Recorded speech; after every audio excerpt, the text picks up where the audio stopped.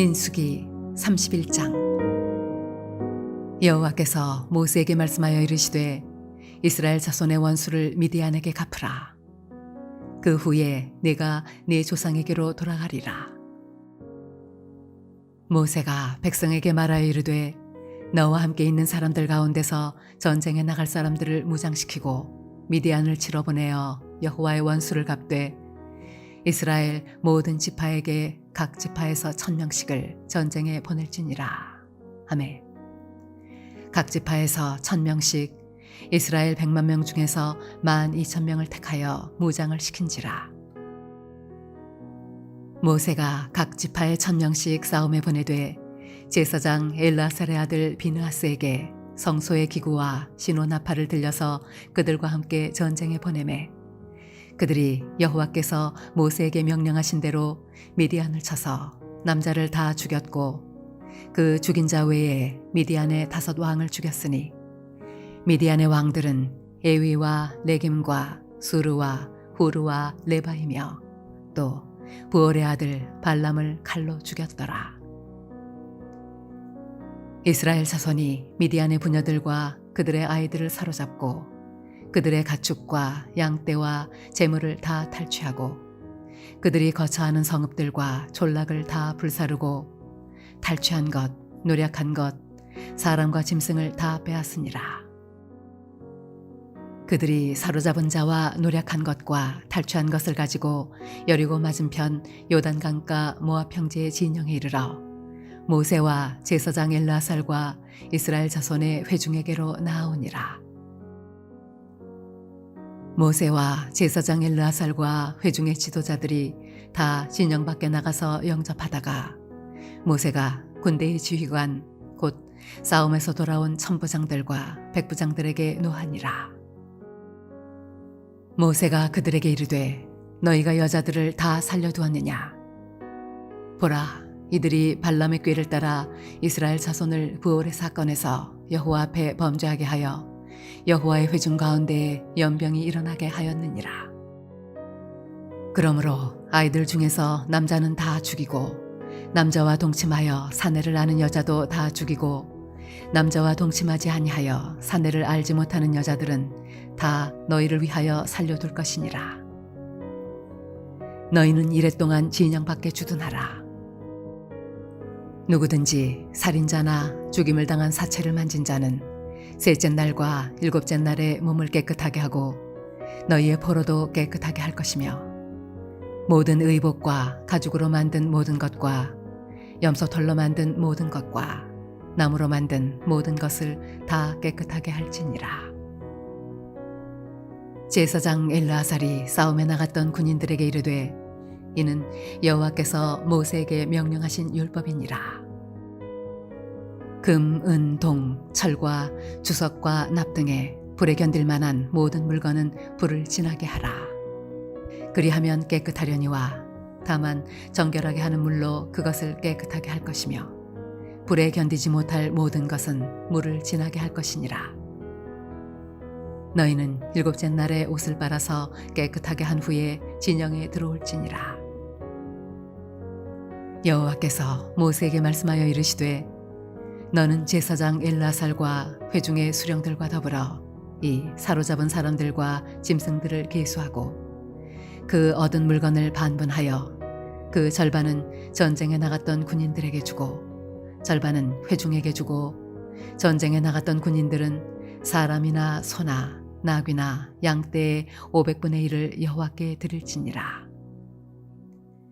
곧 이를 그들의 절반에서 가져다가 여호와의 거제로 제사장 엘르아살에게 주고 또 이스라엘 자손이 받은 절반에서는 사람이나 소나 나귀나 양떼나 각종 짐승 50분의 1을 가져다가 여호와의 성막을 맡은 레위인에게 주라. 모세와 제사장 엘르아살이 여호와께서 모세에게 명령하신 대로 하니라.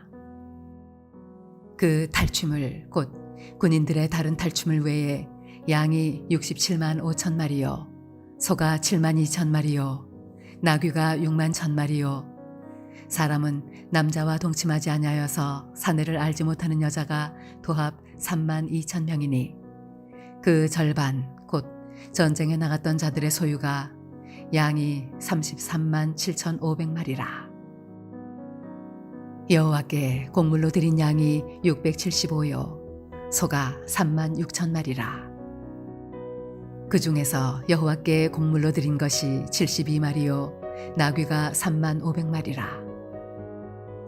그 중에서 여호와께 곡물로 드린 것이 61마리요 사람이 16,000명이라.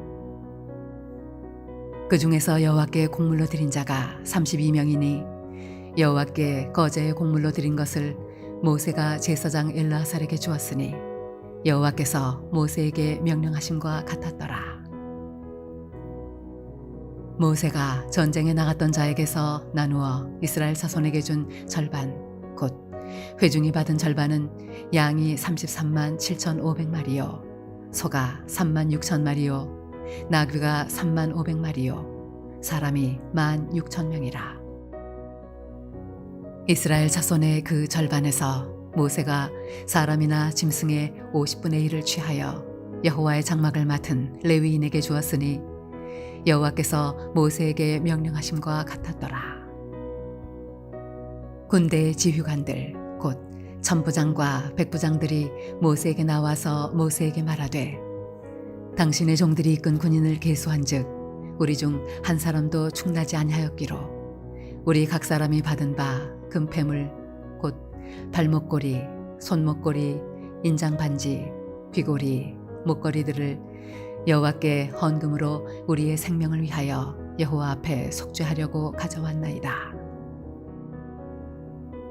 모세와 제사장 엘르아살이 그들에게서 그 금으로 만든 모든 패물을 취한즉 천부장과 백부장들이 여호와께 드린 거제의 금의 도합이 16,750세겔이니 군인들이 각기 자기를 위하여 탈취한 것이니라.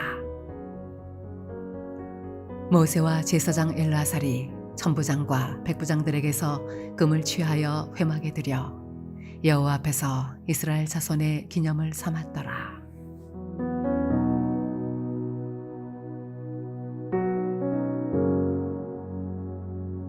할렐루야. 사랑하는 물려교회 성도 여러분, 오늘 하루도 믿음 가운데 거하는 복된 하루가 되시기를 바랍니다.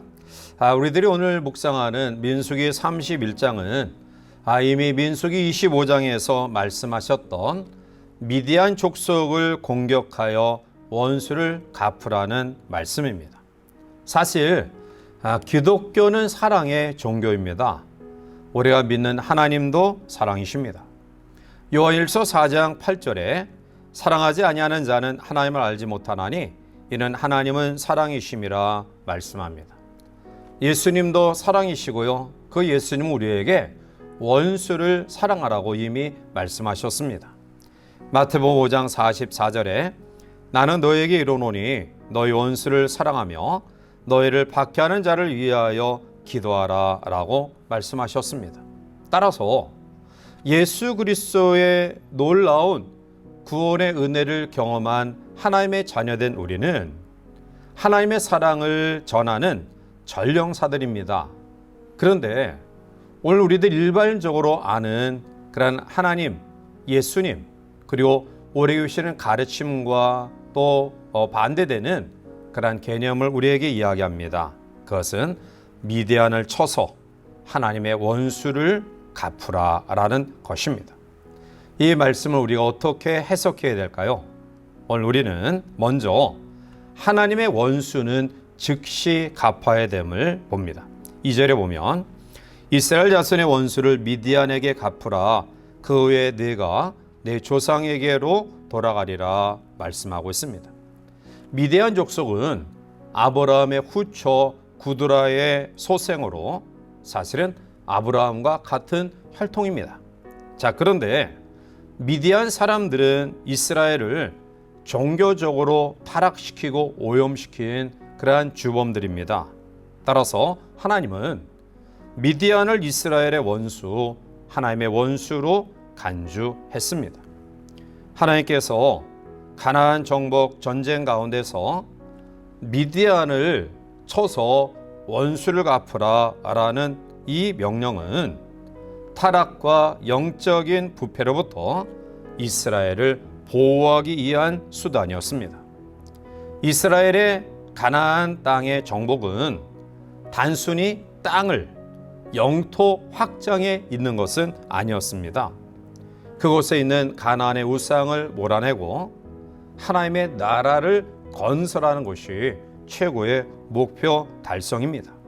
따라서 하나님은 이 가나안 땅에 있는 모든 우상을 물리치시고 오직 이스라엘 민족이 하나님만을 섬기며 또 하나님을 섬기는 가운데 축복된 삶을 살아가기를 원했던 것입니다.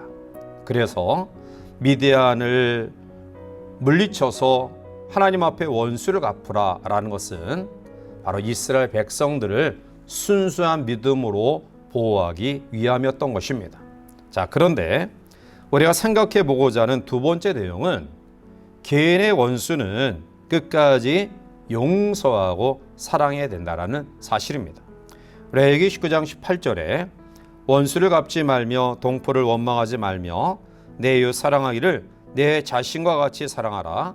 나는 여호와이니라 라고 말합니다.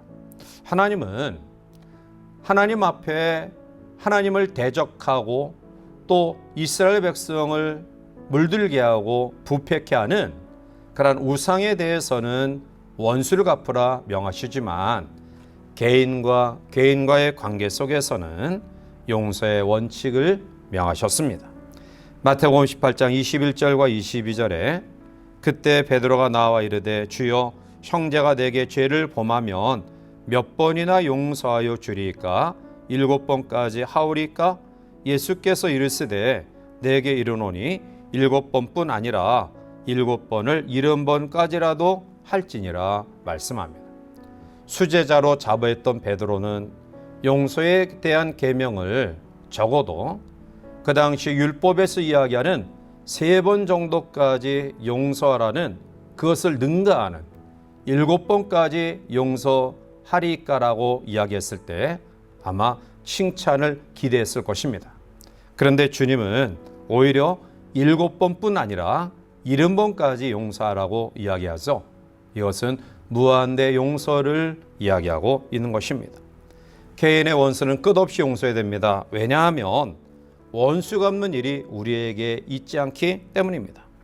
로마서 12장 19절에 내 사랑하는 자들아 너희가 친히 원수를 갚지 말고 하나님이 진노하심에 맡기라 기록되었으되 원수 갚는 것이 내게 있으니 내가 갚으리라고 주께서 말씀하시니라 라고 말합니다. 원수 갚는 일은 오직 하나님께 있습니다. 따라서 오늘 우리는 끊임없는 내가 하나님께로 받은 그 용서를 우리의 삶 속에 실천하는 것이 하나님의 백성된 도리입니다. 시편 54편 5절에도 주께서는 내 원수에게 악으로 갚으시리니 주의 성실하심으로 그들을 멸하소서라고 말합니다. 즉 원수 갚는 것은 하나님께 있습니다. 우리는 단지 하나님께로부터 받은 사랑, 그 사랑에 힘입어 용서하고 사랑하는 데 있습니다. 원수 앞에 용서라는 무기 외에 다른 특별한 무기는 없습니다. 용서는 하나님의 능력입니다. 용서의 무기는 복음입니다. 따라서 복음은 원수를 친구로 만듭니다. 오늘 사랑하는 성도들의 삶 속에 여러분들 대적하고 또 힘들게 하는, 껄끄럽게 하는 그러한 사람들이 있다 할지라도 지금 하나님께서 우리에게 말씀하는 것처럼 용서의 계명을 실천하시기를 원합니다. 성경적 원리는 바로 하나님을 대적하는, 즉 우상을 섬기기 위해서 하나님께로부터 오는 각양 아름다운 축복을 가로막는 그러한 우상에 대해서는 그 원수를 멸하라고 이야기하지만, 그러나 개인적인 관계 속에서의 그런 아픔과 힘듦을 주는 사람은 끊임없이 용서하고 사랑하라고 말씀하고 있습니다. 따라서 원수 갚는 일 또한 용서하는 일, 이것이 서로 어긋나는 것처럼 보이지만 그러나 성경은 모순되는 말씀은 없습니다. 오늘 우리에게 주신 이 말씀의 의미를 다시 한번 기억하고요. 하나님의 원수는 갚아야 됩니다. 이것은 하나님의 자녀들을 보호하시기 위한 하나님의 뜻입니다.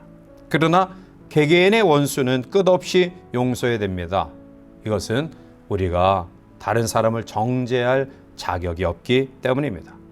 이 말씀을 기억하면서 하나님을 섬기는 데 있어서 방해되는 모든 것들은 우리가 과감히 물리쳐 나가기를 바라고요. 또한 관계 속에서 우리에게 아픔과 힘듦을 주는 그러한 사람은 내가 하나님 앞에 용서받을 수 없는 그 모든 것들을 용서받았다라는 사랑에 감사하는 마음으로 이웃에 대하여 용서하고 사랑하는 복된 믿음으로 살아가는 귀한 하루가 되시기를 주님의 이름으로 간절히 축원해 드립니다. 함께 기도하시겠습니다. 참 좋으신 하나님, 오늘 극히 대비되는 말씀 속에 주시는 교훈을 묵상하며 미디안을 물리치라고 원수를 갚으라고 말씀하심은 하나님이 이스라엘 백성이 오직 하나님만을 섬기는 그런 믿음으로 하나님의 각양 아름다운 은혜와 축복을 누릴 수 있는 백성으로 세우시기 위함이었음을 보면서, 그러나 개개인의 원수는 우리가 용서하고 사랑하라는 말씀은 우리는 다른 사람을 판단하고 헤아리고 정죄할 자격이 없는 이미 하나님께로부터 큰 사랑을 받은 사람임을 기억하면서 그 사랑을 우리의 삶에 실천해 나가는 용서와 사랑의 사람이 되어서 우리의 가는 걸음들을 더 복되고 향기롭게 만들어 나가는 주의 백성들에게 이 하루 인도하여 주시옵소서. 감사하고 예수님의 이름으로 간절히 기도하옵나이다. 아멘.